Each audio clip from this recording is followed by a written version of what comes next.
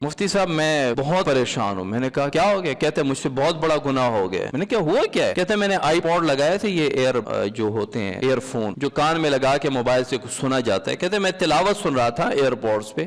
ہر قسم کے شرعی، روحانی اور جسمانی مسائل اور وظائف کے لیے دارالعمل یوٹیوب چینل سبسکرائب کیجیے اور بیل آئیکن بھی پریس کریں تاکہ ہر ویڈیو آپ تک بآسانی پہنچ سکے۔ کل میں سفر پہ جا رہا تھا، ایک نوجوان کا فون آیا۔ نوجوان نے مجھے فون کر کے کہا کہ مفتی صاحب میں بہت پریشان ہوں۔ میں نے کہا کیا ہو گیا؟ کہتے ہیں مجھ سے بہت بڑا گناہ ہو گیا۔ میں نے کہا ہوا کیا ہے؟ کہتے ہیں میں نے آئی پوڈ لگائے تھے، یہ جو ہوتے ہیں ایئر فون جو کان میں لگا کے موبائل سے سنا جاتا ہے۔ کہتے ہیں میں تلاوت سن رہا تھا ایئر پوڈز پہ، تو مجھے پتہ ہی نہیں چلا، میرے ذہن میں نہیں تھا۔ میں اسی تلاوت کے ساتھ ہی سنتے سنتے واش روم چلا گیا، اور واش روم میں بھی کچھ دیر بیٹھا رہا۔ اس کے بعد میری ذہن میں بات آئی کہ میں تلاوت بھی سن رہا ہوں، واش روم میں بیٹھا ہوں۔ کہتے میں اور وہ رونے لگا۔ 1 منٹ تک مسلسل وہ روتا رہا موبائل پہ۔ نوجوان ہے، سوسائٹی کا رہنے والا ہے، وہ روتا رہا۔ میں اس کو دلاسے دیتا رہا۔ میں نے کہا اللہ کے بندے، آپ کی یہ آنسو بڑے قیمتی ہیں۔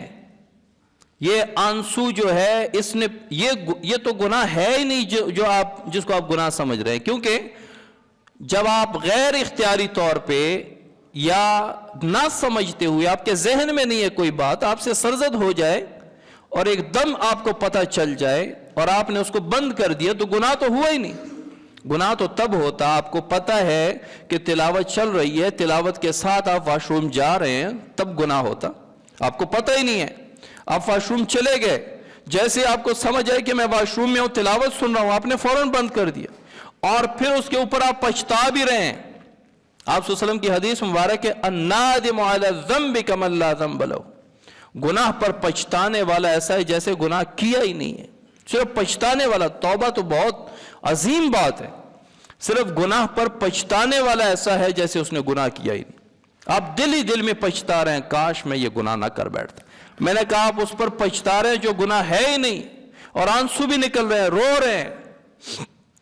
تو یہ رونا جو ہے یہ اللہ کے حضور بہت قیمتی ہے۔ آپ کے یہ آنسو آپ کے لیے قیامت والے دن جہنم کی آگ کو بجھانے کا کام کریں گے۔ میں نے کہا رونے سے تو میں آپ کو منع نہیں کروں گا، کیونکہ یہ کوئی درد، غم، بے چینی، بیماری کا رونا تو نہیں ہے، یہ تو اللہ کے خوف کا رونا ہے۔ یہ تو اللہ تعالیٰ کسی نہ کسی ایمان والے کو نصیب فرماتے ہیں۔ تو یہ احساس تھا اس کے دل میں۔